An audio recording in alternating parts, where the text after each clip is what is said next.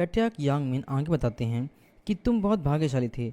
जब तुम्हारी माँ प्रेग्नेंट थी तो तुम्हारे शरीर पे एक बहुत ही अजीब सी आभा, एक पावरफुल ऑरा महसूस हुआ था, जो कि एक डिवाइन बॉडी थी जिसने सभी का ध्यान अपनी ओर आकर्षित कर लिया था।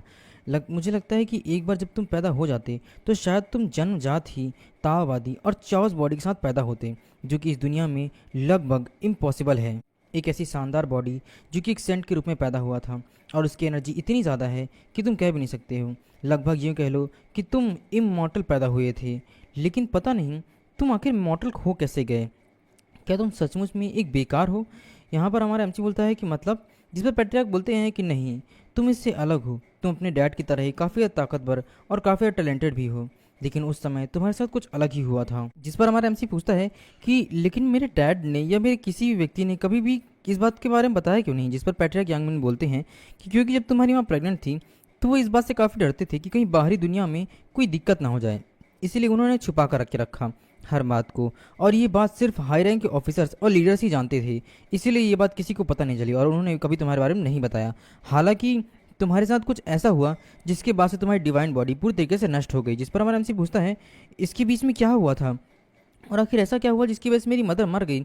क्या रीज़न था और मेरी बॉडी के साथ क्या हुआ?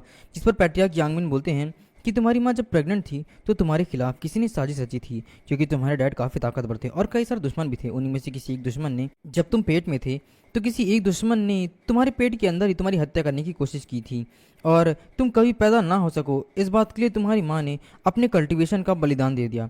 तुम्हारी ज़िंदगी को बचाने के लिए और तुम्हारी रक्षा करने के लिए उन्होंने अपनी बेजोड़ कोशिश की, यहाँ तक कि अपनी जितनी एनर्जी थी उन्होंने सब कुछ लगा दी।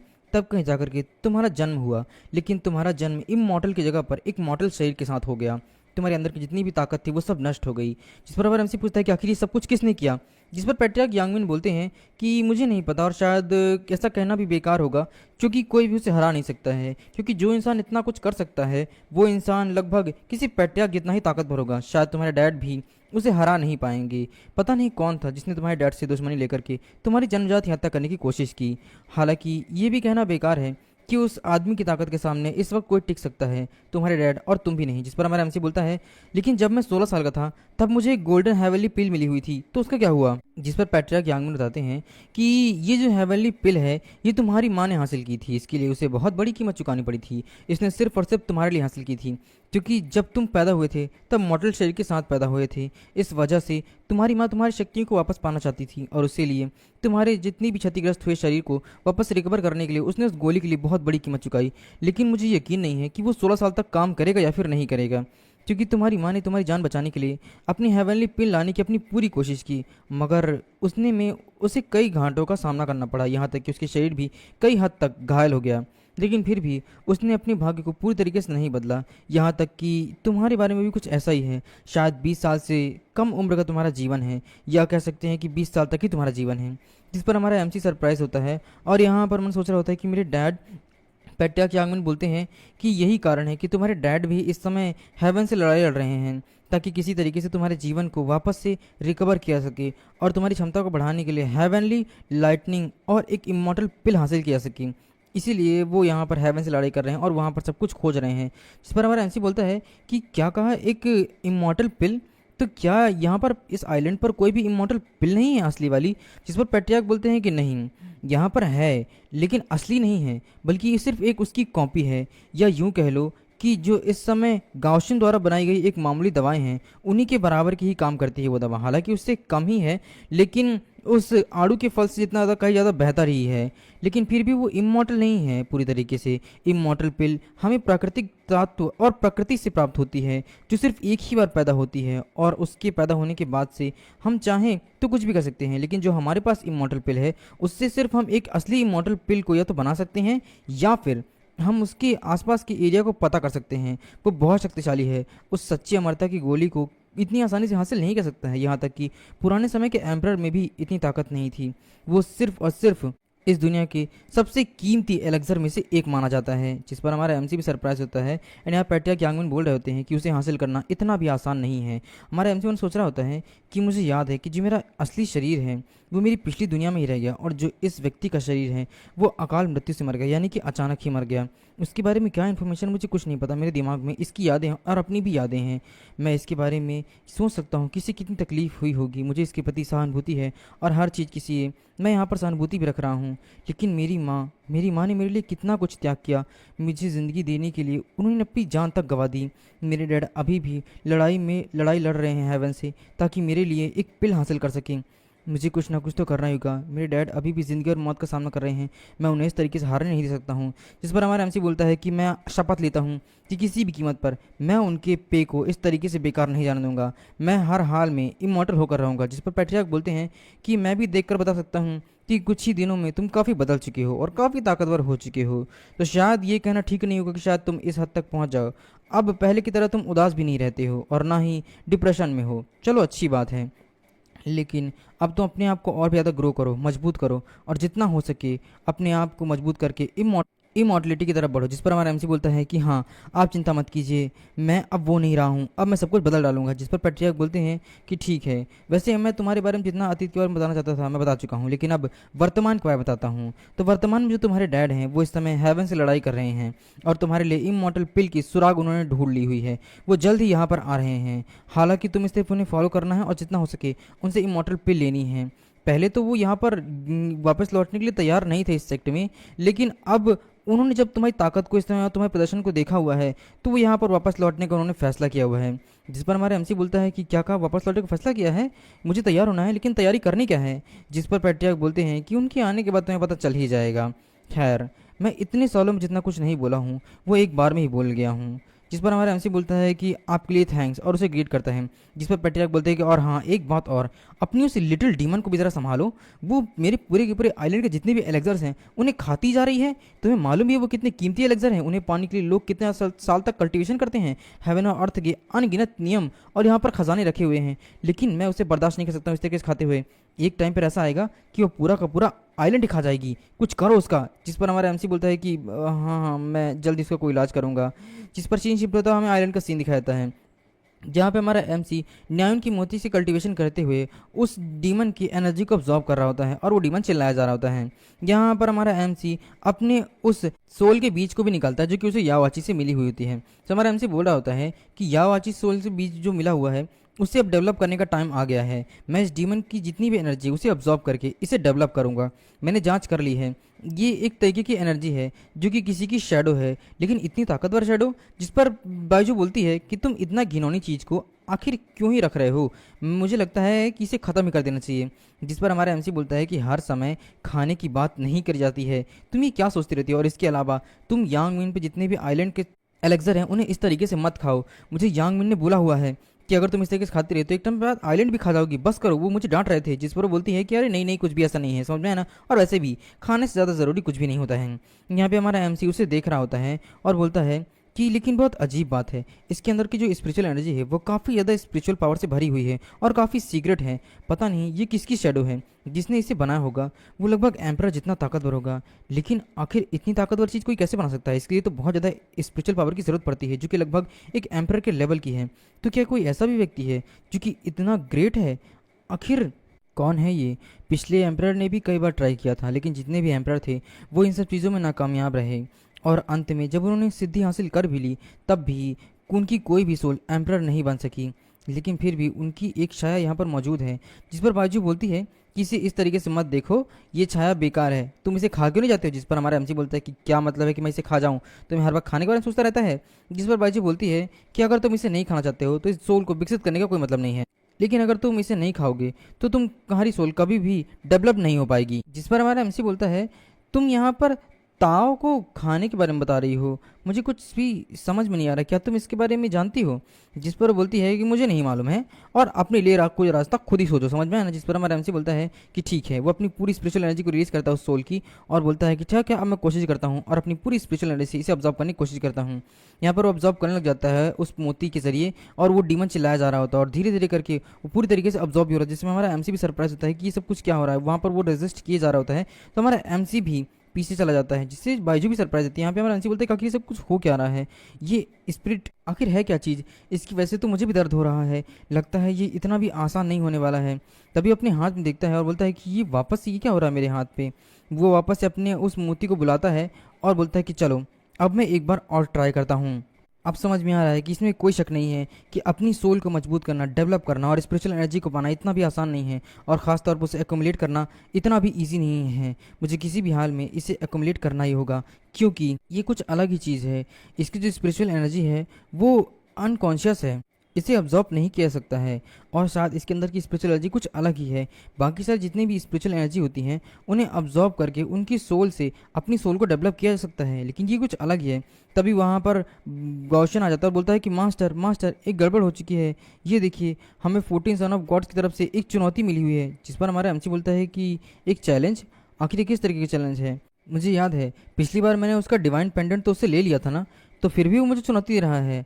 हद है वो इंसान, क्या कुछ गड़बड़ की है उसने? जिस पर गाउशन बोलता है कि मास्टर ये बात सच है कि फोर्थ सन ऑफ गॉड वो इतने ताकतवर नहीं बाकी सभी की तरह, लेकिन फिर भी वो काफ़ी ज़्यादा समझदार है और पिछले कई दिनों से उन्होंने अपने आप को डेवलप किया और इस समय वो धर्मा लेवल तक पहुंच चुके हैं। जू परिवार की शक्ति के साथ इस टाइम पे वो धर्मा रेलम तक पहुंच चुका है और उसके 5 लेवल पर हैं, जो कि आपसे एक लेवल ऊपर ही है। मेरे ख्याल से मास्टर आपको चुनौती से एक्सेप्ट नहीं करनी चाहिए और नहीं जाना चाहिए। जिस पर हमारा अंश बोलता है कि आखिर चुनौती कहाँ पर है? जिस पर वो बोलता है कि उसने यू हैंडेंड सेक्ट के एक कैन पर्वत पर लड़ाई के एक खास पवेलियन को चुना हुआ है, वहीं पर है। इस पर हमारा एमसी बोलता है क्या कहा?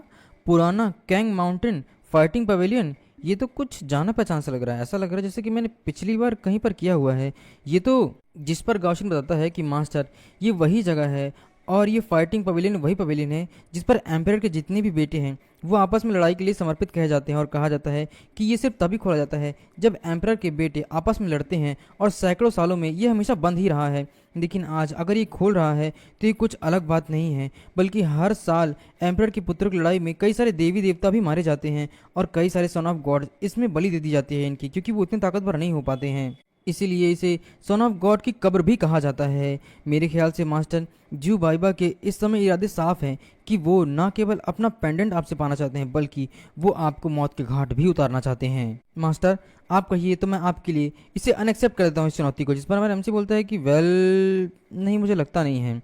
जिस पर वो बोलता है कि लेकिन क्यों? तभी वहाँ पर बाइजू बोलती है कि मेरे ख्याल से इसे एक्सेप्ट कर लेना चाहिए। तभी वहाँ पे हमारे एमसी की कोई आवाज़ आती है कि तुरंत साइन इन करें। ये सिस्टम होता है जो कि बोल रहा होता है यहोवा सेक्ट के पुराने कैलेन पर्वत के फाइटिंग पवेलियन पर जाएं और तुरंत साइन इन करें। जिस पर हमारा एमसी बोलता है कि मैं करूं अभी? तब हमारे एमसी को अब सिस्टम से टास्क मिला हुआ तो वो ज़रूर पूरा करेगा। फिर हमें यूनिवर्स सेक्ट का सीन दिखाया जाता है जहाँ पे हमारा एमसी बोल रहा होता है कि अगर मैं इसे अनएक्सेप्ट कर दूँ तो क्या होने वाला है। जिस पर गाउशन बोलता है कि अगर आप इस रिक्वेस्ट को या फिर इस चुनौती को अनएक्सेप्ट कर देते हैं तो आप कभी भी फाइटिंग पवेलियन में एंटर नहीं कर पाएंगे, क्योंकि फाइटिंग पवेलियन का एक नियम है कि कभी भी कोई भी एम्पायर का बेटा या फिर कोई भी यहाँ पर सन ऑफ गॉड ही अंदर जा सकता है, लेकिन अगर वो चैलेंज से मना कर देता है तो वो कभी अंदर नहीं जा पाएगा। पिछली बार कई सारे यहाँ पर एम्पायर के बेटे गए हुए थे और कई सारे सन ऑफ गॉड भी गए हुए थे। हालांकि कहा जाता है कि ये जो पवेलियन है वो सिर्फ और सिर्फ God of sun of God के जितनी भी डेथ हैं उन सब की मौत के रूप में बनाया गया है। मतलब आज तक कोई भी उसे ज़िंदा वापस लौट करके नहीं आया है, उनकी मौत की कीमत पर है। यहाँ पर उससे ज़िंदा वापस आना आपके लिए बहुत मुश्किल है।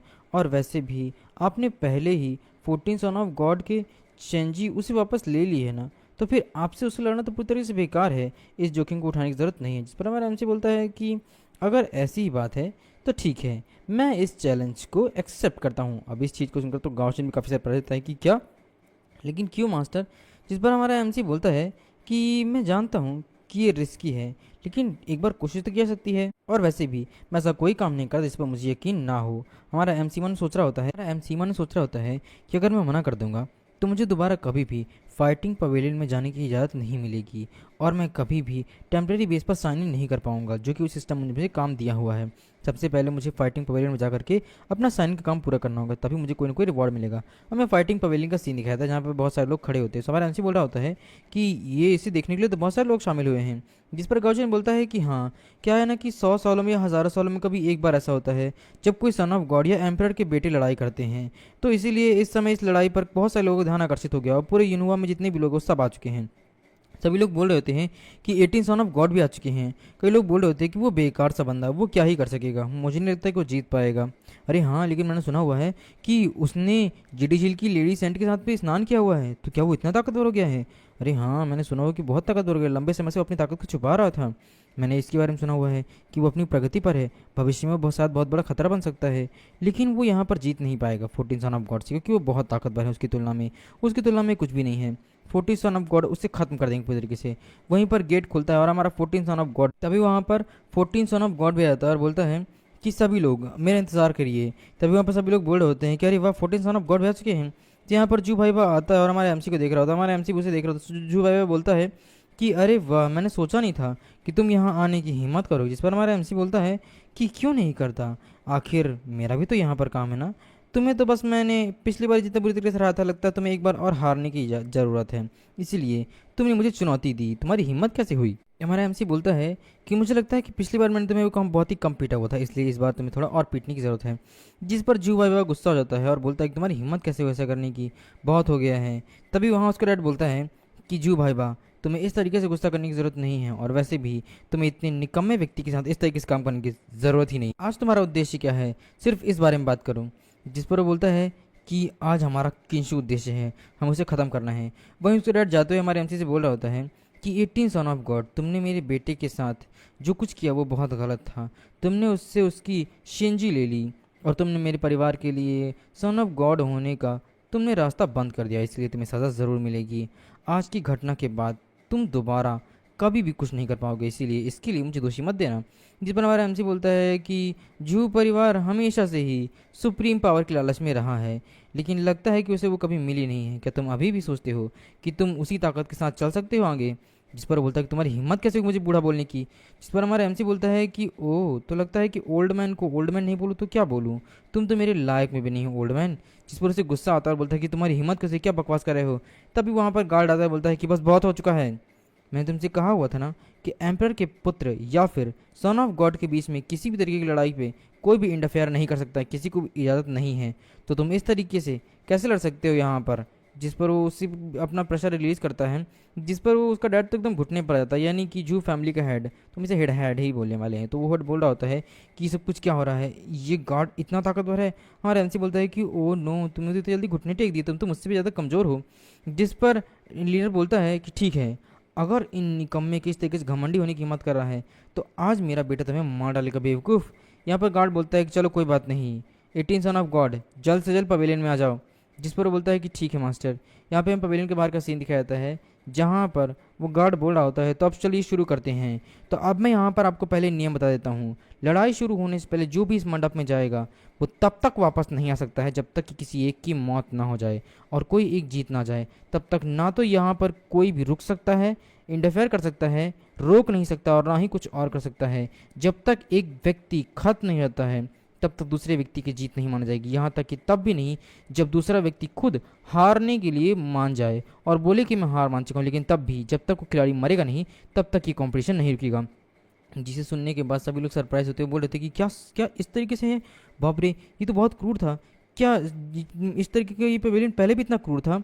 दूसरा बंदा बोल रहा होता है ऐसा लगता है कि कोई एक सन ऑफ गॉड मरने वाला है। हमारा एमसी मैंने सोच रहा होता है जैसे कि मैंने सुना हुआ था कि फाइटिंग पवेलियन में एंटर करते ही मुझे खून की गंध महक आ रही है। चारों तरफ खून ही खून लगा हुआ है, यहाँ पर कोई साफ सफाई भी नहीं करता है, फर्श पर, दीवार पर, सारी की सारी जगहों पर, और ये कोई और नहीं बल्कि सन ऑफ गॉड के खून है। हालांकि अब तक मुझे इस बात का कोई भी साइन नहीं मिला कि मैंने जो साइन इन किया यहाँ आकर के वो पूरा हुआ या फिर नहीं हुआ है। क्या यहाँ तक पहुँचने के बाद भी मुझे अब तक साइन इन नहीं मिला है? मुझे इसके आगे कुछ करने की ज़रूरत है। तभी वहाँ पर गार्ड बोलता है कि कान खोलकर सुने सभी लोग, अब यहाँ पर एक कंपटीशन शुरू होने वाला है। तो अब दो सन ऑफ गॉड आपस में लड़ने वाले हैं, इसका निर्धारण अब लड़ाई के अंत तक होगा और ये सारी चीज़ें आप भी इस पर्दे पर देख सकते हैं। वो एक पर्दा क्रिएट करता है और बोलता है कि आप सभी लोग इस पर ध्यान देते रहिएगा और निर्णय आप सबके सामने होगा। यहाँ पर एक बंदा आता है और बोलता है तो चलिए शुरू करते हैं। अब हम यहाँ पर बेट लगाते हैं, क्योंकि कोई भी लड़ाई बिना बेट के अच्छी नहीं होती। यानी कि जुआ और सट्टा वाला काम शुरू कर दिया होता है इसने। सभी लोग ना बोल रहे होते हैं कि शुरू करते हैं। तो बंदा बोलता है तो 18 सन ऑफ गॉड और 14 सन ऑफ गॉड दोनों में से आप किस पर शर्त लगाना चाहेंगे? तो सभी लोग 14 सन ऑफ गॉड पे शर्त लगा रहते हैं। तो यहाँ पर उसका बाप बोल रहा होता है कि मेरी फैमिली का लड़का कभी हार नहीं सकता है, उसने आधे हिस्से पर दाव लगा दिया है, अब उसे हर हाल में जीतना ही होगा। यहाँ पर वो बंदा बोल रहा होता है कि ये आप लोग ऐसा नहीं कर सकते हैं, आप लोग सिर्फ 14 सन ऑफ गॉड पर दाव लगा रहे हैं, 18 सन ऑफ गॉड पर कोई दाव लगाएगा ही नहीं, तो ये खेल खत्म कैसे होगा? गौर से देखिए इसके बारे में, 18 सन ऑफ गॉड पर कोई भी दाव नहीं लगा रहा है। बताइए कैसे दाव लगा सकते हैं इस तरीके से?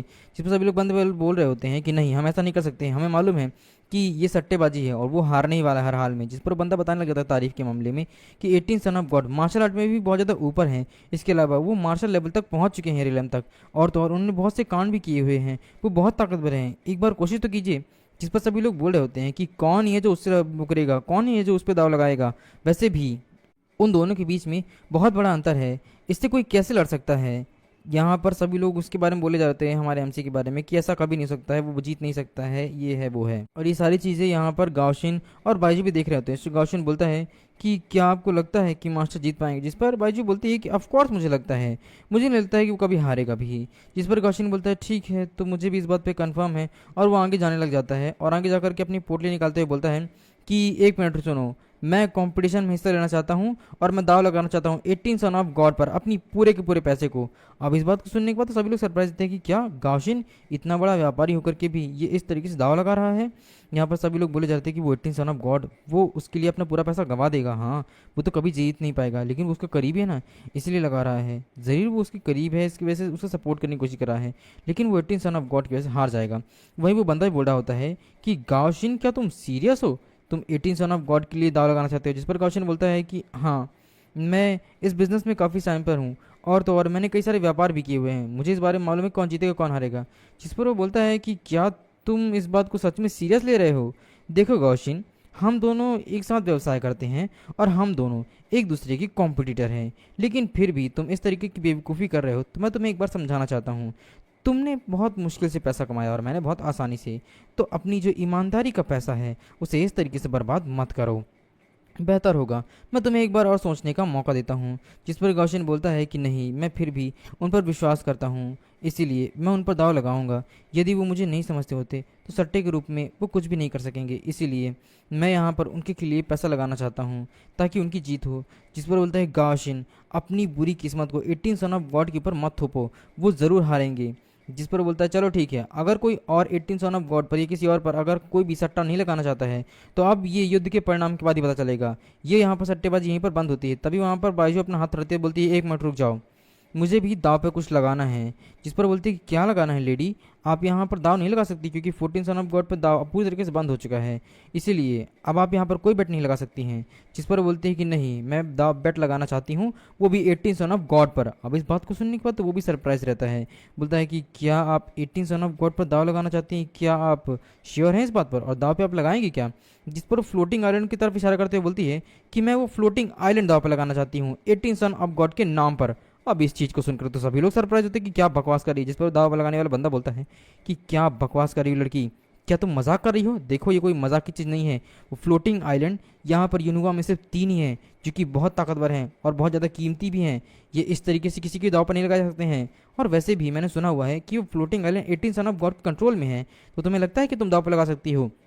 जिस पर वो टोकन दिखाते हुए बोलते हो कि ये देखो, ये यांग का तैरते हुए द्वीप, वो जो फ्लोटिंग आइलैंड है उसके कंट्रोल के ये रहे सिंबल है मेरे पास, क्या ये तुम्हारे लिए पर्याप्त होगा? जिस पर वो कोई जवाब नहीं देता क्योंकि सिंबल तो झूठे भी हो सकते हैं। तभी वहाँ पर गाउशन बोलता है कि ये क्या कर रही हैं 18 सन ऑफ गॉड, वो इतने उदार है मास्टर कि उन्होंने आपको इतनी काइंडनेस के लिए ये सिंबल दे दिया, क्या अब फ्लोटिंग आइलैंड पर कंट्रोल आपका है? जिस पर बाईजी बोलती है कि वो दरअसल मेरे पास ये टोकन इसलिए है ताकि मैं फल आसानी से खा सकूं, क्योंकि कई जगहों पर फल खाना काफ़ी ज़्यादा मुश्किल काम है और कई जगहों पर तो वहाँ पर फॉरबिडन भी किया गया है, इसलिए बड़ी मुश्किल जा पाती हूँ मैं, इसलिए मैंने टोकन लिया। जिस पर वो बंदा बोलता है कि एक मिनट रुक जाइए, ये टोकन आपके पास है अगर और ओरिजिनल है तो ठीक है, फ्लोटिंग आइलैंड का आप दाव पे लगा सकते हैं, लेकिन ये तो 18 सन ऑफ गॉड का है, क्या उन्होंने ये सब कुछ दिया हुआ है? लेकिन चलिए कोई बात नहीं, मेरा इससे कोई लेना देना नहीं है, ये कोई बहुत बड़ा काम नहीं है, लेकिन फिर भी मैं एक बार इस पर फिर से सोचने के लिए आपको कहता हूँ। जिस पर गौशन बोलता है कि ये आप क्या कर रही हैं, क्या सचमुच में आप इतना बड़ा जोखिम लेना चाहती हैं? जिस पर बायजू बड़ी खुशी खुशी बोल देती है कि ज़रूर, मैं ये सब कुछ करना चाहती हूँ। गाओशिन बहुत ज़्यादा उदास होता है कि वो नो, ये क्या कर रही हैं। तभी वहाँ पर सर्वेंट बोलता है कि एक मिनट रुक जाइए ज़रा, मैं एक बार के लिए ज़रा अपने मास्टर से पूछ के आता हूँ, उसके बाद इस पे लगाना कोई दिक्कत नहीं है। यहाँ पे मशीन स्टेप को दिखाता है सेवन सन ऑफ गॉड को, जो कि बोल रहा होता है कि क्या कहा, फ्लोटिंग आइलैंड। यूनिवर्स सेक्ट में ऐसा तो पहले कभी नहीं हुआ इतने बड़े इतिहास में कि किसी ने फ्लोटिंग आइलैंड को ही दाव पर लगा दिया हो। जिस पर उसको सर्वेंट बोलता है कि ये बात सच है, लेकिन वो 18 सन ऑफ गॉड की जो निकम्मी नौकरानी है ना, उसने इसे लगाया हुआ है। सच में मुझे यकीन नहीं होता कि 18 सन ऑफ गॉड के साथ साथ उसके जितने भी नौकर हैं वो भी पूरी तरीके से बेवकूफ़ और पागल हो चुके हैं। जिस पर सेवन सन ऑफ गॉड बोलता है कि मेरे ख्याल से हमें उससे इस चीज़ के दावा लगा लेना चाहिए, और वैसे भी ये हमारे लिए प्रॉफिटेबल ही है। जिस पर बोलता है कि लेकिन फ्लोटिंग आइलैंड इस समय आपकी पूर्वजों की संपत्ति है, क्या इससे कोई परेशानी नहीं होगी? क्योंकि इस समय जिन उस फ्लोटिंग आइलैंड पर कंट्रोल किसी और का नहीं बल्कि मास्टर और पैट्रियार्क यांगमिन का है। जिस पर बोलता है सेवन सन ऑफ गॉड कि प्राचीन नियम और टोकन, और वैसे भी कंट्रोल उसी के हाथ में होता है जिसके हाथ में टोकन होता है। अगर टोकन देने वाला व्यक्ति दाव पर लगा दे और हार जाए तो फ्लोटिंग आइलैंड हमारा भी होगा, किसी भी हाल में उसे कोई कुछ नहीं कर सकता है। और बदले में अगर वो कोई कार्यवाही करते भी हैं तो भी कोई फ़ायदा नहीं है, क्योंकि उन दोनों को उससे बाहर निकलने होगा, चाहे वो पैट्रियार्क यांगमिन हो या फिर 18 सन ऑफ गॉड हो। वो पूर्वजों के लिए ही क्यों ना हो, लेकिन फिर भी उन्हें अपनी शर्त के हिसाब से उसे छोड़ना ही होगा, और ये हमारे लिए सबसे ज़्यादा प्रॉफिटेबल होगा। हम अपने आप को वहाँ पर कल्टीवेट करके और ताकतवर हो जाएंगे, वो फ्लोटिंग आइलैंड भी हमारा हो जाएगा। इस समय वैसे भी यांगमिन ने अपना कंट्रोल उस 18 सन ऑफ गॉड उस बेवकूफ़ को दिया हुआ था ना, तो उसकी यही सज़ा है। जिस पर सर्वेंट बोलता है कि अरे वाह, एक तीर से 3 निशाने, बहुत बढ़िया है मास्टर, मैं आपके इस प्लान का सपोर्ट करता हूँ। यहाँ पर वो नीचे देख रहा होता है, एंड यहाँ पर तुरंत वो सर्वेंट नीचे आ जाता है और बोल रहा होता है कि ये मामला काफ़ी ज़्यादा इंपॉर्टेंट है। मैं एक बार के लिए फिर से इस बार सोचने के लिए कहता हूँ, क्या आप सचमुच में उस फ्लोटिंग आइलैंड को लगाना चाहती दाव पर? लेकिन उसके बदले में किसी भी की गवाही चाहिए, खास तौर पर यहाँ के गार्ड की। जिस पर वो गार्ड सामने आता है और बोलता है कि तुम ये कर सकते हो चाहो तो। सभी लोग सरप्राइज होते हैं कि क्या कहा, फ्लोटिंग आइलैंड, मैंने ऐसा कभी नहीं देखा है। वो उस आदमी का तो मजाक बन रहा है। सही कहा, पता नहीं क्या होने वाला है, उससे भी बदतर हाल होगा उसका। सभी लोग खुश हो रहे होते हैं कि अरे वाह, मैं इस लड़ाई को देखने के लिए काफ़ी ज़्यादा इंटरेस्टेड हूँ। यहाँ पे हमें अंदर का सीन दिखाया जाता है, जहाँ पर यहाँ पर 14 सन ऑफ गॉड यानी कि जू बाइबा भी आ चुका होता है। जहाँ पर बाइबा बोलता है कि अगर मैं सच कहूँ तो मैं तुम्हें यहाँ से जाने देने का एक मौका देना चाहता हूँ। तुम्हें यहाँ नहीं आना चाहिए था, क्योंकि तुम यहाँ पर आने के बाद से सिर्फ मारे ही जाओगे। मैंने पहले ही धर्मा रेलम तक अपना 5 लेवल पार कर लिया है, तो मुझे नहीं लगता है कि तुम मुझे हरा भी सकते, जबकि तुम तो सिर्फ मार्शल लेवल पर हो। जिस पर हमारा एमसी बोलता है कि क्या तुम्हारे बाप ने तुम्हें कभी सिखाया नहीं है कि कैसे काम किया जाता है? तुम कितना बोलते हो।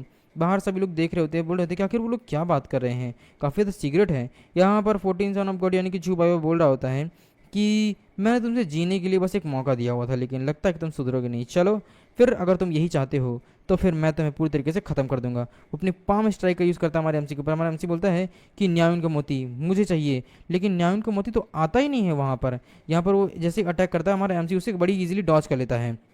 यहाँ पर बाइबा बोलता है कि क्या हुआ बेवकूफ़, हाँ, क्या तुम सोचते हो कि यहाँ पर किसी और ताकत का इस्तेमाल करोगे? नहीं हो सकता है, क्योंकि यहाँ पर न्यायुन का मोती या फिर किसी और जादुई ताकत या फिर एलिमेंट का तुम इस्तेमाल नहीं कर पाओगे। यहाँ पर हमारा एंसी बोलता है कि क्या कहा, न्यायुन का मोती यहाँ बुला नहीं सकता क्या? मतलब क्या है तुम्हारा, गड़बड़ है क्या यहाँ पर? जिस पर वो बोलता है बाइबा कि तुम्हें शायद मालूम नहीं है, लेकिन फाइटिंग पवेलियन के अंदर किसी भी तरीके की कोई भी इक्विपमेंट्स काम नहीं करते। यहाँ तुम्हें तुम्हारी इनर की और तुम्हारी ताकत के बलबूते पर ही आगे बढ़ना होगा और लड़ना होगा। अगर तुमने यहाँ कुछ बुलाने की कोशिश भी की तो भी यहाँ पर कोई आने वाला नहीं है, इसीलिए तुम यहाँ पर फंस चुके हो। तुम्हें क्या लगता है कि मैंने तुम्हें यहाँ पर क्यों बुलाया हुआ? सिर्फ इसीलिए, पिछली बार तुमने न्यायुन की मोती का इस्तेमाल करने के बाद से मुझसे मेरी ताकत को छीन लिया था, इसीलिए बेवकूफ़ इस बार मैंने तो यहाँ पर मूर्खों की तरह अकेले बुलाया है। बाहर सारे लोग ये सारी चीज़ें देख रहे होते हैं। यहाँ पर जू बाइबा बोलती है कि ये सब कुछ क्या हो रहा है गाओशिन, क्या तुमने पहले बताया क्यों नहीं था कि इसके अंदर किसी की ताकत काम नहीं करती है? जिस पर बाइबा गाओशिन बोलता है कि मुझे नहीं पता था मास्टर, ये बात मुझे बिल्कुल पता ही नहीं थी कि इसके अंदर किसी की ताकत का इस्तेमाल नहीं होता, क्योंकि ये 100 साल बाद खुला है ना, और 100 साल तक तो अभी तक किसी ने भी इसके अंदर लड़ाई ही नहीं की थी। ये भी बात मुझे अभी पता चली, लेकिन अब क्या होगा? न्यायों की बुद्धि के बगैर मास्टर अपनी ताकत के बगैर क्या करेंगे? क्या वो जीत पाएंगे? बाय बाय बोलती है यहाँ पर बाजू कि चिंता मत करो, घबराओ मत, सब कुछ ठीक हो जाएगा। मुझे पता है कि वो जीत ही जाएगा। यहाँ पे हमारे एमसी के जो कि बोल रहा होता है कि क्या कहा असली ताकत, मतलब हमें सिर्फ हमारी इनर की के ऊपर भरोसे रिलाई करना पड़ेगा। चलो ठीक है, तो अब मैं तुम्हें अपनी ताकत दिखाता हूँ। वैसे भी मुझे भी देखना था कि मेरी ताकत कितनी मजबूत है। यहाँ पर वापस से हमारे एमसी को अटैक करता है। हमारा एमसी बाकायदे खड़ा हो रहा होता है और अपनी पूरी ताकत को अनलेस करता है और यहाँ पर डिवाइन बॉडी को एक्टिवेट करता है। लेकिन जैसे ही डिवाइन बॉडी को एक्टिवेट करता है वो उसके सूरज को पकड़ लेता है, लेकिन हमारा एमसी अपनी लाइटनिंग पावर का इस्तेमाल करता है और उसे पीछे ढकेल देता है। तो यहाँ पर बाइबा बोलता है कि ये तो तुम सिर्फ मार्शल लेवल पर हो ना, तो तुम क्या उसके टॉप लेवल पर हो? ऐसा कैसे हो सकता है कि तुमने मुझे पीछे ढकेल दिया? मुझे उम्मीद नहीं है, मेरा कल्टीवेशन तुमसे बहुत ज़्यादा है। क्या सचमुच में मैंने तुम्हें कम आंकने की कोशिश की? हमारा एमसी बोलता है कि अब चाहे जो भी हो, तुमने मुझे चाहे कम आंकने की कोशिश की या फिर कुछ किया हो, तुम्हें क्या लगता है तुम होते कौन हो मुझे कम आंकने वाले बेवकूफ़? यहाँ पर बाइबल बोलता है कि इतना एटीट्यूड मत दिखाओ, समझ में आया? मैं यहाँ पर सन ऑफ गॉड होने के नाते तुम जैसे अहंकार रखता हूँ, इसलिए मैं तुम्हें आज ख़त्म कर डालूंगा। मेरा कल्टीवेशन तुमसे बहुत ऊंचा है और तुम तो मेरे कॉम्पिटिटर के लायक भी नहीं। यहाँ पर वो अपनी दोनों हाथों का इस्तेमाल करता है। वहीं हमारा एमसी अपनी स्पेशल एनर्जी से एक भेड़िया बनाता है और उसके हाथ को खा लेता है, जिससे उसे काफ़ी दर्द होता है। बोलता है कि आखिर ये किस तरह की टेक्निक है? वो हमारा एमसी उड़ता है और बोलता है कि चलो अब इन सारी चीज़ों को ख़त्म करते हैं। वो अपनी एलिफेंट पाम टेक्निक का यूज़ करता है और उसे काफ़ी दूर फेंक देता है। बाहरी सारी चीज़ें देख रहे होते हैं लोग और यहाँ पर उसका बाप चिल्ला रहा होता है कि ये नहीं हो सकता है, ये कैसे हो सकता है? सभी लोग बोल रहे होते हैं कि क्या क्या 18 सन ऑफ गॉड इस तरीके से इसे ख़त्म कर देने वाले हैं? मुझे यकीन नहीं हो रहा है कि 14 सन ऑफ गॉड इतनी बुरी तरीके से हार रहे हैं। क्या वो इतनी कमजोर है कि वो 18 सन ऑफ गॉड को भी नहीं हरा पा रहे हैं? आखिर ये कितने ताकतवर हैं? यहाँ पर उसके मुँह से खून निकल रहा होता है बाइबा के और बोल रहा होता है कि आखिर तुम ये कैसे कर सकते हो? तुम तो मुझसे नीचे लेवल पर हो ना, तुम मुझे चोट कैसे पहुँचा सकते हो? आखिर क्यों? जिस पर हमारा एमसी बोलता है कि मोटे भद्दे कहीं के, तुझे क्या लगता है कि तुम उसे जीत पाएगा? बिल्कुल भी नहीं। मेरे पास सिर्फ न्यायों का मोती नहीं बल्कि और भी बहुत सी ताकतें हैं। ऐसा लगता है कि मुझे अब अपनी पूरी ताकत का इस्तेमाल करना होगा। मुझे बता कि ये सब कुछ क्या हो रहा है? जिस पर वो बोल रहा होता है कि नहीं, बिल्कुल भी नहीं, ऐसा नहीं हो सकता है। मैं यहाँ पर तुमसे ज़्यादा ताकतवर हूँ और टॉप लेवल पर हूँ। जितना अच्छा मैं हूँ उतना अच्छा तुम बिल्कुल भी नहीं सकते हो। मैं तुमसे बेहतर हूँ और मैं तुम्हें ख़त्म कर दूंगा। हमारा एमसी बोलता है कि मुझे लगता है कि शायद ढंग से मैंने तेरी पिटाई नहीं की थी पिछली बार, इसलिए चिंता मत कर। मैं इस बार तुझे अच्छी तरीके से सबक सिखाऊंगा और अच्छी तरीके से तेरी पिटाई भी करूंगा। इस बात को सुनने को उसे काफ़ी गुस्सा आता है और बोल रहा होता है कि तुमने मेरे और मेरे परिवार की बहुत बेइज्जती की, मुझसे मेरा सब कुछ छीन लिया, इसलिए अब मैं तुझे सजा दूंगा। इसीलिए अब देख मैं क्या करता हूँ। वो अपनी पूरी पावर को अनलेस करने लग जाता है और बोलता है कि जू फैमिली की अब असली ताकत और उसकी असली ताकत का शरीर देखेगा। यहाँ पे महाराज जी बोल रहा होता है कि हाँ हाँ दिखा। यहाँ पर बोल रहा होता है कि अब देख मैं तेरा क्या हाल करता हूँ। वो एकदम बड़ा विशाल हो जाता है। बाकी सारे लोग भी ये सारी चीज़ें देख रहे होते हैं और यहाँ पर उसका बाप बोल रहा होता है कि नहीं, तुम ऐसा नहीं कर सकते हो, तुम अपनी ओरिजिनल पावर को दिखा नहीं सकते, ये तुम्हारा ट्रम्प कार्ड है। वहीं सभी लोग बोल रहे होते हैं कि क्या ये ट्रम्प कार्ड है? 14 सन ऑफ गॉड तो एकदम राक्षस जैसे लग रहे हैं, वो तो बहुत ताकतवर है। हाँ, जू फैमिली की असली ताकत ये है? क्या खास ताकत है? मुझे नहीं लगता है कि वो इस तरीके से 18 सन ऑफ गॉड जीत पाएंगे। ये आखिर किस तरीके से काम करता है? यहाँ पे 14 सन ऑफ गॉड यानी कि बाइबा बोल रहा होता है कि अब मैं तुम्हें ख़त्म कर दूंगा। तुम्हारे पास सन डिवाइन बॉडी हो तो क्या हुआ, मैं तुम्हें पूरी तरीके से ख़त्म करने वाला हूँ। भले ही तुम अपनी पूरी ताकत का इस्तेमाल करो, लेकिन फिर भी तुम अपनी ताकत का से बच नहीं पाओगे। यहाँ पर हमारा एमसी एकदम खड़ा होता है एंड यहाँ पर जैसे वो अपने पाम स्ट्राइक का यूज़ करता है, हमारा एमसी अपनी पाम स्ट्राइक का यूज़ करता है।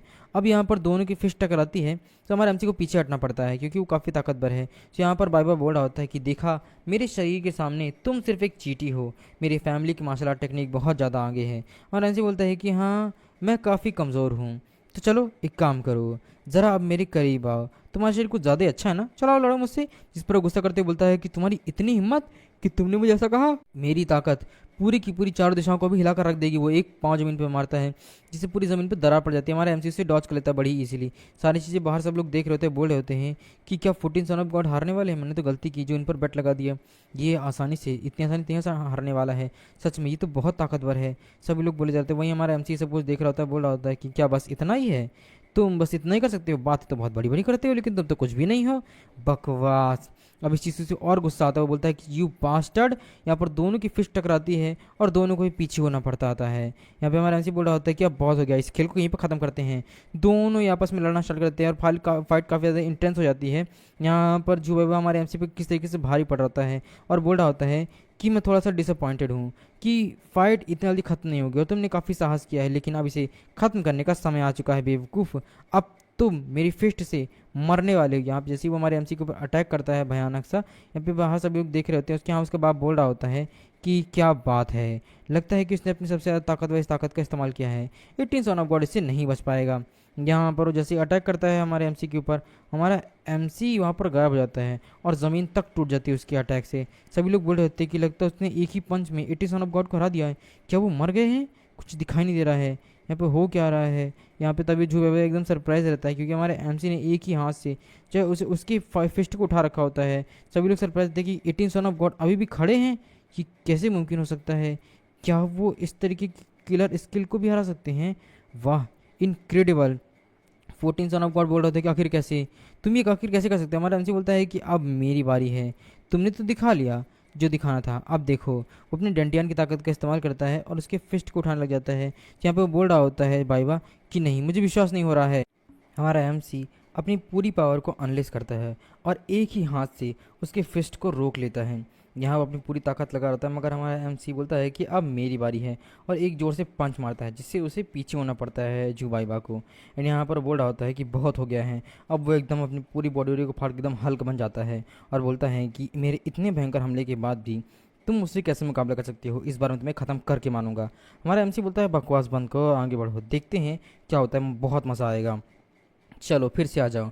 यहाँ पर बोल रहा होते हैं कि मेरे शरीर की 18 साल से मैंने ये एनर्जी संचित की हुई है, इसलिए तुम मुझे नहीं हरा पाओगे। मेरे शरीर में 18 साल की संचित शक्ति, मुझे विश्वास नहीं हो रहा कि तुम इस तरीके से कंटिन्यू रख पाओगे। मैं पूरी ताकत का इस्तेमाल करूंगा।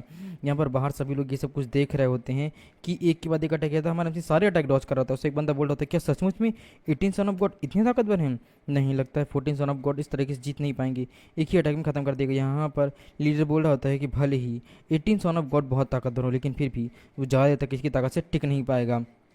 इतने साल तक उसने अपनी एनर्जी को बचा के रखा है, आज उसकी मौत है। यहाँ वो कंटिन्यू अटैक किए जा रहा होता है। हमारा एमसी हर अटैक का डॉज कर रहा होता है, एक बार पीछे हो जाता है।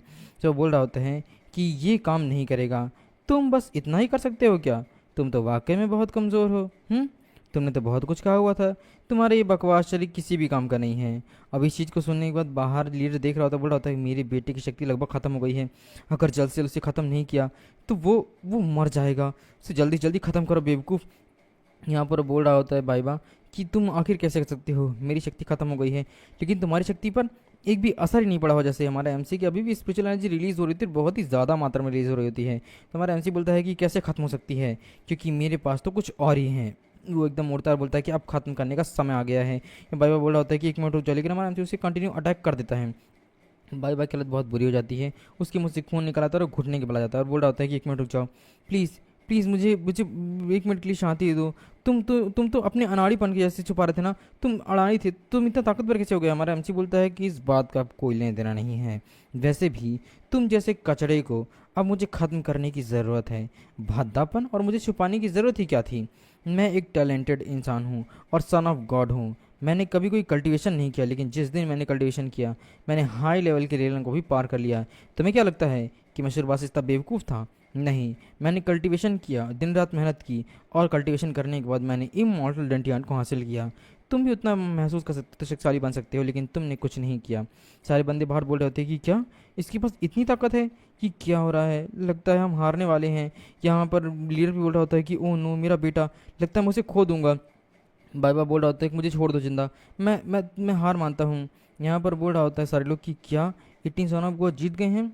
क्या 18 सन ऑफ गॉड इस तरीके से निर्णय ले सकते हैं? वो नो, वहीं पर लीडर बोल रहा होता है कि अगर 18 सन ऑफ गॉड चाहें तो 14 सन ऑफ गॉड को जिंदा रहने की इजाज़त दे सकते हैं। वहीं हमारे एमसी बोलता है कि जू भाई बा, तुमने मुझे चुनौती देने की हिम्मत की है, अब तुम चाहते हो कि मैं तुम्हें ज़िंदा छोड़ दूँ, कि मैं तुम्हारी जान ना लूँ? लेकिन अगर तुम होते तो तुम मेरी जान ज़रूर ले लेते, चाहे मैं कितना भीख मांगूँ। जिस पर बोलता है कि नहीं, मैं तुम्हें नहीं मारूंगा, मेरा मतलब है कि मैं कुछ भी नहीं करूँगा, प्लीज़ प्लीज़ एक बार के लिए मुझे छोड़ दो, मुझे जाने दो, बदले में मैं तुम्हें खजाना दे दूंगा, बहुत कीमती है। हमारा एमसी बोलता है कि बकवास मत कर बेवकूफ़, तुझे क्या लगता है मैंने तेरे अंदर की जो स्पिरिचुअल एनर्जी है और तेरा सिंजियान है वो मैंने ले लिया है, इसलिए जब तेरा सिंजियान ही नहीं है तो उससे ज़्यादा कीमती तो और कुछ हो ही नहीं सकता है।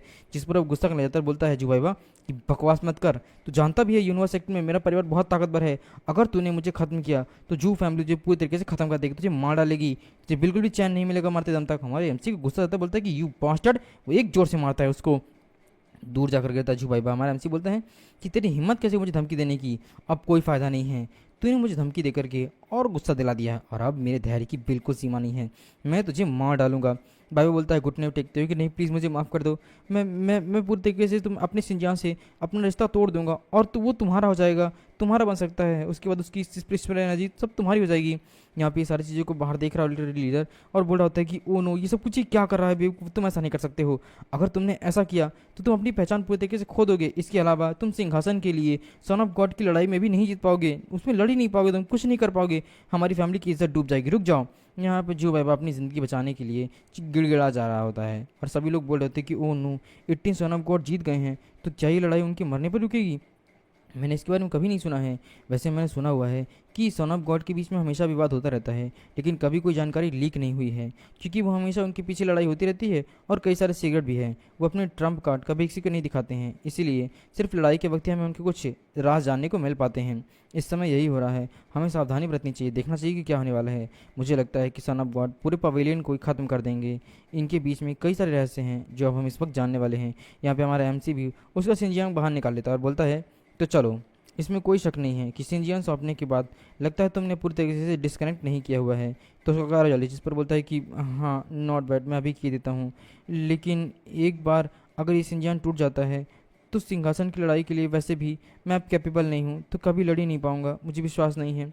तो इस सिंजियन का कोई मतलब नहीं है, शिनजान अब पूरी तरीके से अपना कंट्रोल खो देगा और तुम्हारे कंट्रोल में हो जाएगा। हमारा एमसी बोलता है चलो ठीक है, इसे शुरू करते हैं, जिससे वो प्रोसेस शुरू कर देता है और उस पर अपना कंट्रोल तोड़ देता है, जिससे उसके मुँह से खून निकल आता है। सो बोलता है ये लो, मैंने इससे अपना कॉन्टैक्ट तोड़ दिया है, अब इस सिंजियान पर तुम्हें अपना खून गिराना है और ये सिंजियान तुम्हारा हो जाएगा, स्पिरिचुअल एनर्जी भी तुम्हारी हो जाएगी मेरी। जिस पर बोलता है लीडर बाहर देखते हुए कि नहीं, तुम ऐसा नहीं कर सकते हो, तुम इस रास्ते पर पूरी तरीके से ख़त्म हो जाओगे। ये तुमने क्या किया टेंशन ऑफ गॉड, मेरे रास्ते को पूरी तरीके से बंद कर दिया मेरे बेटे के जरिए। यहाँ पे हमारा एमसी अपना खून निकालता है, उस पर डाल देता है और जैसे ही उस पर डालता है फॉर्मेशन क्रिएट होता है और बहुत ज़्यादा स्पिरिचुअल एनर्जी से हमारे एमसी के ऊपर बहुत ज़्यादा स्पिरिचुअल एनर्जी रिलीज होने लग जाती है।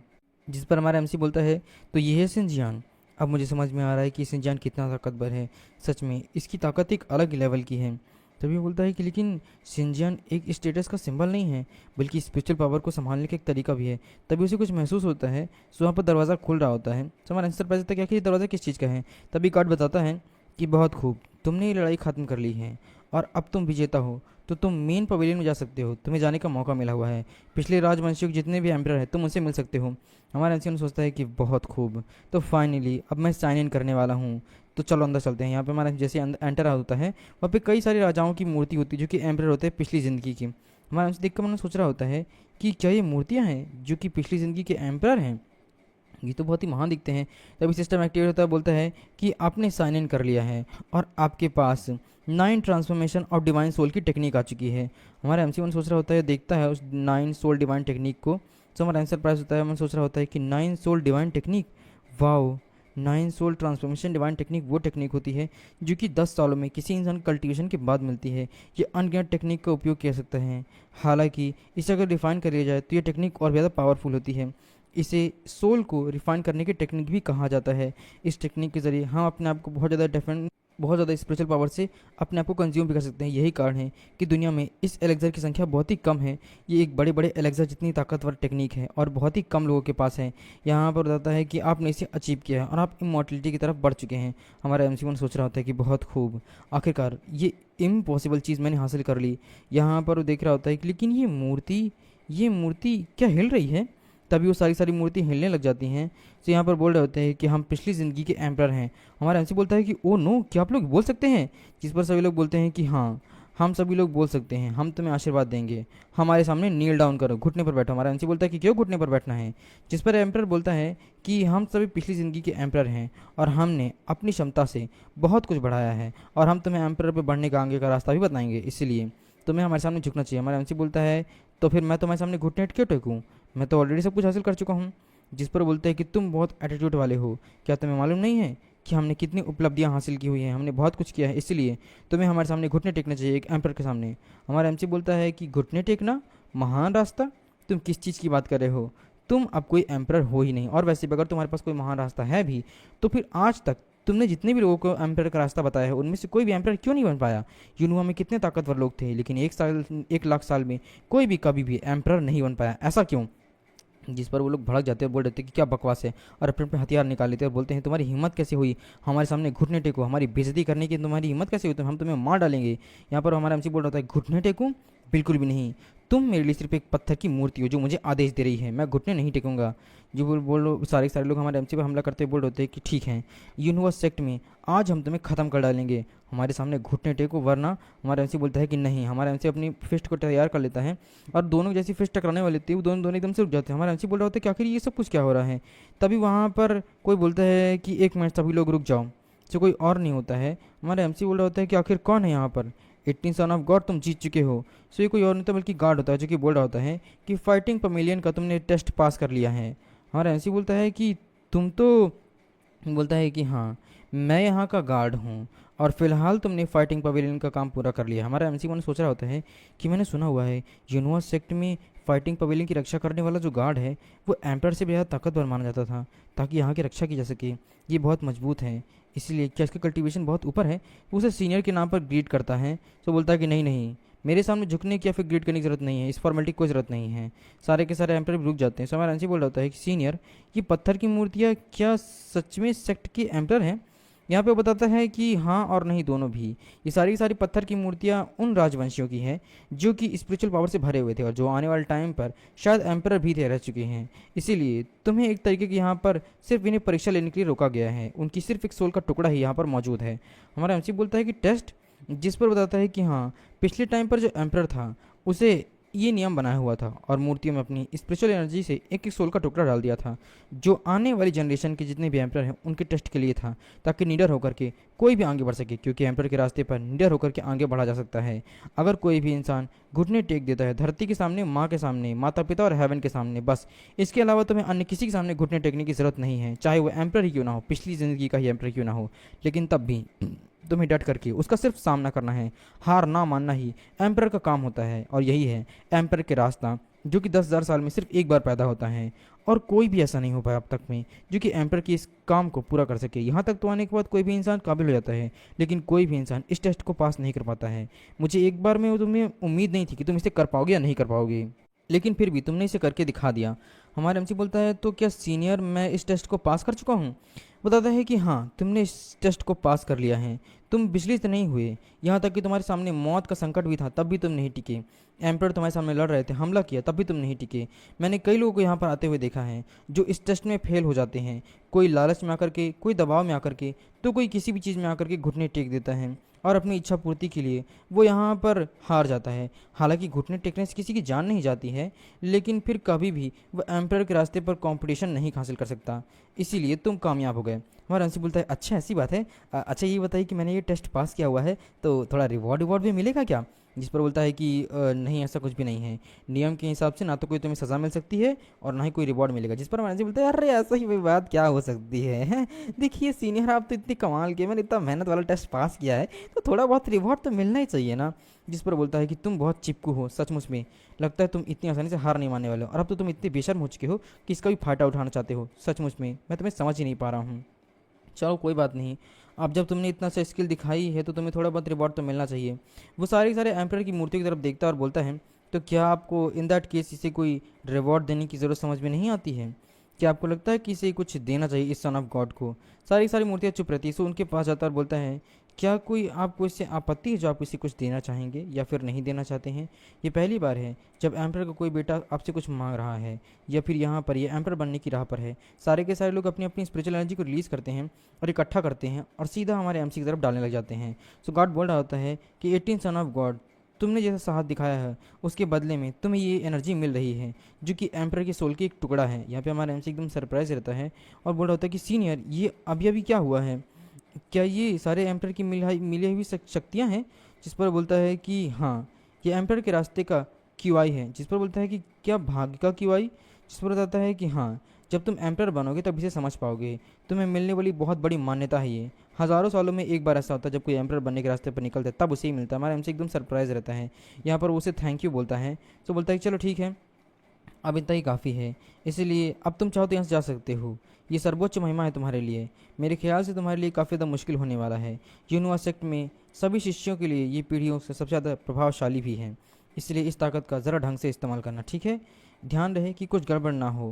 हमारा एमसी बोलता है कि और जिस पर बताता है कि ये बहुत दुख की बात है, इनमें से कोई भी महान व्यक्ति एम्परर नहीं बन सका, चाहे कितने भी महान व्यक्ति क्यों ना हो, लेकिन फिर भी इस असाधारण रास्ते पर चलना किसी की बस की बात नहीं है।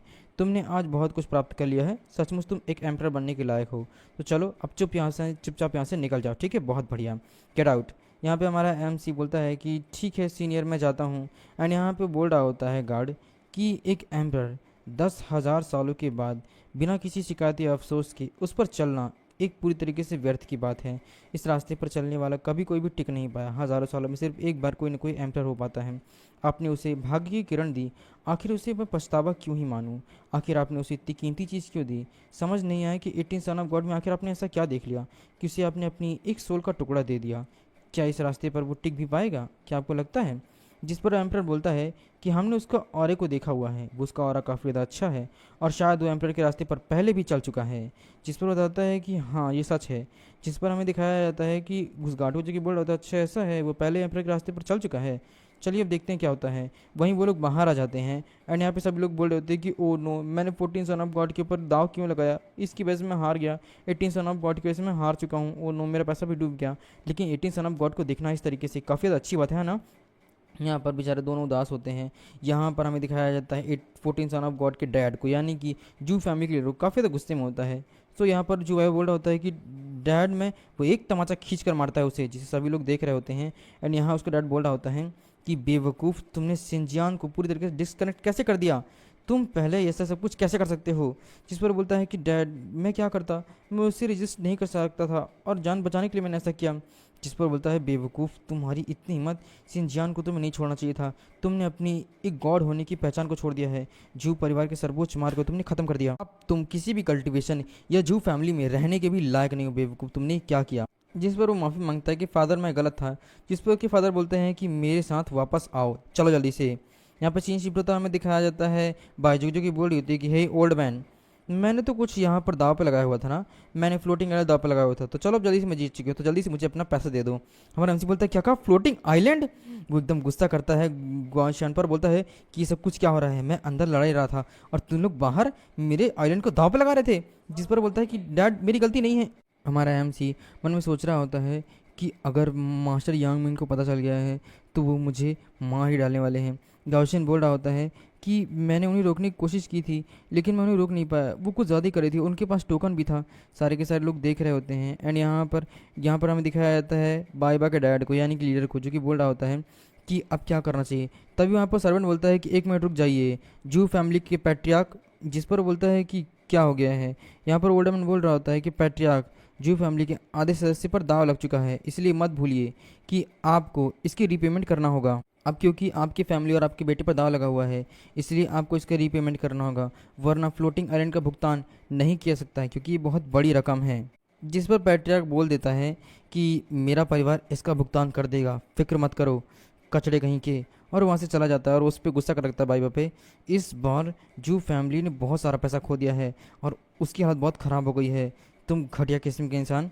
फिर हमें 3 दिन बाद का सीन दिखाया जाता है जहाँ पे हमारा एमसी अपनी स्पिरिचुअल पावर से काफ़ी तो खुश हो रहा होता है। बोल रहा होता है कि 3 दिन के कल्टीवेशन के बाद कम से कम समय मुझे ऐसा महसूस हो रहा है जैसे मैंने डिवाइन सोल और जेडी झील से मिली हुई डिवाइन बूंद को मैंने इकट्ठा करके उससे बहुत ताकत इकट्ठा कर ली है। मैं पहले से बहुत अलग महसूस कर पा रहा हूँ। मुझे ऐसी डिवाइन पावर पहले कभी महसूस नहीं हुई है। इसके अलावा अब मेरे पास 9 ट्रांसफॉर्मेशन डिवाइन टेक्निक भी है।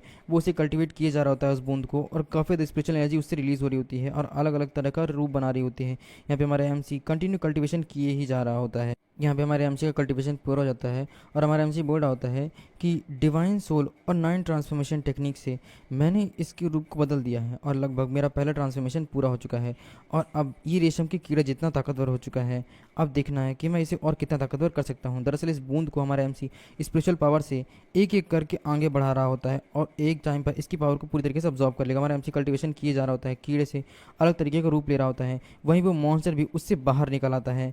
सो वो भी एक पिल के रूप में आता है। हमारा एमसी बोल रहा होता है कि चलो जल्दी से इसे भी अब्जॉर्ब कर लेता हूँ। एंड यहाँ पर वो उन दोनों को बाहर निकाल रहा होता है और बोल रहा होता है तो चलो अब देखते हैं कि इसे कैसे क्या किया सकता है। लेकिन इस तरीके की एनर्जी को इस तरीके से कीड़े बदलते हुए मैंने पहली बार देखा हुआ है। पता नहीं ये किस तरीके की एनर्जी है, काफ़ी इंटरेस्टिंग है। मेरी सोल जो कि मुझे डिवाइन जेडी झील से ये ड्रॉप सोल और वो परछाई पूरी तरीके से एक दूसरे को नुकसान पहुंचा रहे हैं। देखते हैं इन दोनों में अब कौन जीतता है। दोनों को दोनों आपस में लड़ रहे होते हैं और वो ड्रॉप सोल पूरी तरीके से उसे ख़त्म करने की कोशिश कर रहा होता है। हमारा एमसी बोल रहा होता है उस कीड़े से कि जाओ और जा कर के उसे ख़त्म कर दो। मुझे मालूम है कि ये डिवाइन सोल और नॉन ट्रांसफॉर्मेशन टेक्निक ये एम्प्रर के भी जलाने के लिए काफ़ी है। इससे तो एम्प्रर को भी जलन होने लग जाएगी और ये डिवाइन सोल ये जो कि कीड़े के रूप में हो चुका है, इसकी बाहरी शक्ति पर निर्भर रहना पूरी तरीके से इम्पॉसिबल है। दूसरे शब्दों में मेरी सोल और वो रक्त बीज के वो जो डीमन है वो पूरी तरीके से एक छाया के रूप में विकसित हो रहा है और एक समय करते करते वो विकसित मेरी सोल अब पूरी तरीके से बदल रही है। यहाँ पे वो डीमन एकदम डरा हुआ होता है और वो कीड़ा उस डीमन के अंदर घुस रहा होता है। हमारा एनसी बोल रहा होता है इस बार मेरी सोल ने अपना ट्रांसफॉर्मेशन पूरा कर लिया है और वो उस छाया को धीरे धीरे करके निकल रही है। यहाँ पर वो पूरी तरीके से छाया को निकल के लेती है और एक कीड़े के फॉर्म में आ जाती है। हमारा एनसी बोल रहा होता है कि अरे वाह, इस सोल ने रेशम के कीड़े का बहुत बढ़िया रूप बना लिया है और मैं महसूस कर सकता हूँ कि ये पहला है जो आक्रमणकारी शक्तियों को हासिल कर सकता है। वो कीड़ा बड़ा होता चला जा रहा होता है एंड यहाँ पर एक के बाद एक ताकत को इकट्ठा कर रहा होता है। सीधा ट्रांसफॉर्मेशन की किताब आ जाती है हमारे एमसी के पास। जब एमसी बोल रहा होता है कि इससे इंपॉर्टेंट बात यह है कि मेरे पास 9 ट्रांसफॉर्मेशन कल्टीवेशन टेक्निक है जो कि इतनी आसानी से नहीं मिलती है। ये टेक्निक मेरे लिए सबसे ज़्यादा कीमती है। यहाँ एक तरफ मेरी ताकत बढ़ती जा रही है और वहीं दूसरी तरफ जो मून फ्लोटिंग आइलैंड है उस पर ली अपना कल्टीवेशन पूरा कर रहा है और उसने अपने कल्टीवेशन की सील को भी तोड़ लिया है और अब वो अगली लेवल पे पहुंच चुका है। यहाँ तक कि यूनिवर्स सेक्ट में जितने भी सन ऑफ गॉड है उन्हें भी इकट्ठा करके फ्लोटिंग आइलैंड पर शक्ति इकट्ठा करने का काम कर रहा है। यहाँ पर गाउशन बोल रहा होता है दो बातें पहले ही हो चुकी हैं, शर्त में हमें जो चीज़ें मिलनी थी वो भी चीज़ें मिल चुकी हैं। जब उस बूढ़े गधे ने कहा हुआ था तो उसने कई सारे स्पिरिचुअल फल दे दिए हैं जो कि फ्लोटिंग आइलैंड पर लेके जाने होंगे हम लोगों को। यहाँ पर हमारा एमसी बोल रहा होता है कि क्या हो गया है। यहाँ पर वो कीड़ा भी हमारे एमसी के हाथ में आता है। सो हमारा गाउशन बोल रहा होता है कि मास्टर ये देखिए ये सारी चीज़ें आ चुकी हैं जो कि हमने शर्त में जीती हुई हैं। एक बात और मास्टर, सबसे इम्पोर्टेंट बात तो मैं आपको बताना चाहता हूँ कि जो मास्टर ली हैं वो इस समय अपने स्पिरिचुअल रियलम तक पहुँच चुके हैं और कम से कम वो पहले ऐसे व्यक्ति हैं जिन्होंने स्पिरिचुअल रियलम में प्रवेश किया हुआ है। अब तक ये काम आप भी नहीं कर पाए मास्टर, हमें जल्दी से अपनी ताकत को बढ़ाना होगा। और इस टाइम पर वो फ्लोटिंग आइलैंड पर भी कब्जा कर रहे हैं। इसके पीछे शक्तियों की ताकत का संकेत है। सबसे इम्पोर्टेंट बात यह है कि अब हमें अपनी ताकत को और भी तेज़ी से बढ़ाना होगा। उसके अलावा मून आइलैंड के जो पैट्रियार्क है वो भी शायद उसके साथ मिले हुए हैं। हमारा एमसी बोल रहा होता है कि क्या कहा तुमने, उसने सारे के सारे सन ऑफ गॉड को इकट्ठा किया हुआ है मून फ्लोटिंग आइलैंड पर। मुझे याद है पिछली बार मैंने मून फ्लोटिंग आइलैंड पर उसे बहुत ही बुरी तरीके से हराया था, उसके बाद भी उसके पास इतनी ताकत है। मन सोच रहा होता है कि मार्शल लेवल, उसके अलावा यहाँ पर धार्मिक लेवल और उसके अलावा स्पिरिचुअल रियलम, ये सबसे हायर रियलम माना जाता है। और तो और स्पिरिचुअल रियलम पर वो इतना जल्दी पहुंच चुका है, ऐसा लगता है कि मुझे इतना जल्दी हो सके स्पिरिचुअल रियलम तक पहुंचना होगा, वरना पता नहीं मैं उससे जीत भी पाऊंगा या नहीं। इसके लिए मुझे स्पिरिचुअल पिल लेनी पड़ेगी। यहाँ पर गाउशन बोल रहा होता है कि एक बात और भी है मास्टर। यहाँ पर बताता है कि हाँ बताओ क्या है। जिस पर वो बोलता है कि जो 11 सन ऑफ गॉड है ना उनके बारे में है। जिस पर हमारा एमसी बोलता है कि हाँ बताओ क्या बात है 11 सन ऑफ गॉड के बारे में। जिस पर बोलता है कि 11 सन ऑफ गॉड अपने डैड की तरह ही भविष्यवाणी करते हैं। उन्हें कहा गया है कि कुछ दिन पहले 11 सन ऑफ गॉड ने याओआची में उत्सव के दौरान उनकी दुर्घटना में मृत्यु हो गई। वो सारी खबर फैल चुकी है। हमारा एमसी बोलता है कि ये अफवाह है कि 11 सन ऑफ गॉड बहुत ही बुरी तरीके से मार डाला गया है। ये उन्हें मृत्यु सिर्फ मिली नहीं है बल्कि दी गई है, वो भी किसी और ने नहीं बल्कि 7 सन ऑफ गॉड के द्वारा। जिस पर गाउशन बोलता है कि मास्टर लेकिन ये अफवाह है कि 11 सन ऑफ गॉड को बहुत ही बुरी तरीके से मारा गया, वो भी आपके द्वारा, जिस वजह से यूनिवर्स सेक्ट में उसकी फैमिली यानी कि डुआन फैमिली अब यहाँ पर यूनिवर्स सेक्ट के लीडर से पहचान मांग रही है और तो और सच्चाई मांग रही है कि उसके साथ जो कुछ भी है वो गलत हुआ। इसीलिए वो स्पष्टीकरण और न्याय की मांग कर रही है। यहाँ पे हमारा एमसी बोलता है कि मैंने ये जब कुछ किया ही नहीं है तो आखिर ये परेशानी आ ही क्यों रही है। मेरे पास इस परेशानी का कोई भी समाधान नहीं है, लेकिन फिक्र मत करो और परेशान मत हो। जिस पर बोलता है कि लेकिन मास्टर, जिस पर बोलता है लाओकिन, वहाँ क्या हो रहा है आखिर। उफ, समझ में नहीं आ रहा है वो लाओकिन नाम आखिर क्या नाम है। जिस पर गाउशन बोलता है कि मास्टर शायद ये तो वही है ना, इस आवाज़ और इस नाम से ऐसा लगता है कि वो तो 18 सन ऑफ गॉड पार्क यांगशिन के बहुत ही अच्छे मित्र हैं। हमारा एमसी बोल रहा होता है कि पार्क यांगशिन, वो अजीब सा वैश्या, ये नाम किसी अच्छे आदमी ऐसा नहीं लगता है। सचमुच में बहुत अजीब है। मानो सोच रहा होता है कि मेरे मन में बहुत अजीब सी चीज़ें चल रही हैं। पार्क योंगशी वास्तव में एक सन ऑफ गॉड है, सिर्फ एक मात्र पुत्र जिसके पास मूल मालिक का एक अच्छा रिश्ता था। लेकिन अजीब बात है कि वो कुछ अलग ही है। उसे यहाँ पर डीमन लेडी और तो और भी चीज़ों का शौक चढ़ा हुआ, जैसे शराब पीना और लड़कियों को बंदी बनाकर रखना। उसने मेरे साथ भी कई बार इन चीज़ों को शामिल किया है और उसी से मुझे शराब पीने और गंदी लड़कियों की आदत लग गई थी। मुझे याद है वो 16 सन ऑफ गॉड, ये तुम कह सकते हो कि उसी ने मुझे ये सब कुछ सिखाया हुआ था। उसी की वजह से मैं गलत रास्ते पर पहुंच गया था। अब मुझे उससे मिलना ही होगा। यहाँ पर हमें दिखाया जाता है उसी को, यानी कि 16 सन ऑफ गॉड पार्क को, जो कि बोल रहा होता है कि लाओ गाओ, मैंने सुना हुआ है कि हाल ही में तुमने बहुत सारा पैसा कमाया है, तुम मुझे भूले तो नहीं होगे ना। यहाँ पर गाओशन बोलता है कि 16 सन ऑफ गॉड, आप यहाँ पर मास्टर, क्या आप यहाँ पर कोई अनोखी तकनीक या कुछ ढूंढने आए हैं? हमारा एमसी बोलता है कि फिक्र मत करो गाओशिन, यहाँ पर फ़िलहाल तुम जाओ। और वैसे भी एक दोस्त का आना और मिलना कोई बहुत बड़ी चीज़ तो नहीं है। जिस पर पार्क बोलता है कि अरे वाह क्या बात है, कितने दिन से हम लोग मिले नहीं हैं, चलो इन सब बकवास को छोड़ते हैं। तो बताओ, क्या यहाँ पर वो डीमन फेरी और तुम अच्छे से रह रहे हो? यहाँ पर लगता है कि काफ़ी ज़्यादा चीज़ों को पलट चुकी हैं। खैर, मैं तुम्हारे लिए फिर से एक और ऑफ़र लेकर के आया हूँ। मैं तुम्हारे लिए बहुत सारी डीमन लेडी लेकर के आया हूँ, इसलिए लाओ मेरे पास काफ़ी सारे स्पिरिट स्टोन लेकर के आओ, और बदले में तुम्हें वो स्त्रियाँ यानी कि वो परियाँ मिल जाएंगी। मैं तुम्हारा सेंडाई में इंतज़ार करूँगा। जल्दी से जल्दी यहाँ पर बहुत सारे हीरे लेकर के आना और लड़कियाँ ले जाना। यहाँ पे हमारा वो चला जाता है पार्क। हमारा एमसी बोल रहा होता है कि चलो फाइनली गया। गौशिन बोलता है कि मास्टर, जब आपके परिवार में लगभग सब कुछ खर्च कर दिया गया था, तब इसने कभी भी आपकी तरफ मुड़ कर के भी नहीं देखा था, और ये लंबे समय से कोई सहायता भी नहीं मांग रहा है। मुझे कुछ गड़बड़ लग रही है मास्टर, कहीं ऐसा तो नहीं कि हमारे लिए कुछ चाल चल रहा हो। इस बार उन्होंने सुना कि आपने फ्लोटिंग आइलैंड पर कब्जा कर लिया है, इसके अलावा आपने 14 सन ऑफ गॉड को भी हराया, जू परिवार का आधा हिस्सा ले लिया। इसीलिए अब जब आपके पास इतना कुछ आ गया तो ये फिर से वापस आ चुका है आपको बर्बाद करने के लिए। हमारा एमसी बोलता है कि सेंडाइंग ये कहाँ पर है, और ये बात मुझे अच्छी तरीके से पता, बताने की ज़रूरत नहीं है। सो बताता है कि ये युनहुआ में 300 मील पूर्व दक्षिण एशिया में मौजूद है। ये एक ऐसी जगह है जहाँ पर 10,000 मील दूर के जितने भी कल्टीवेटर वो सब मिलते हैं। स्वाभाविक रूप से वो कुछ खास अच्छे नहीं हैं। हमारा एमसी बोलता है तो क्या सेंडाइंग इस यात्रा में कुछ खास बात है? जिस पर हमारा गौशन कुछ नहीं बोलता।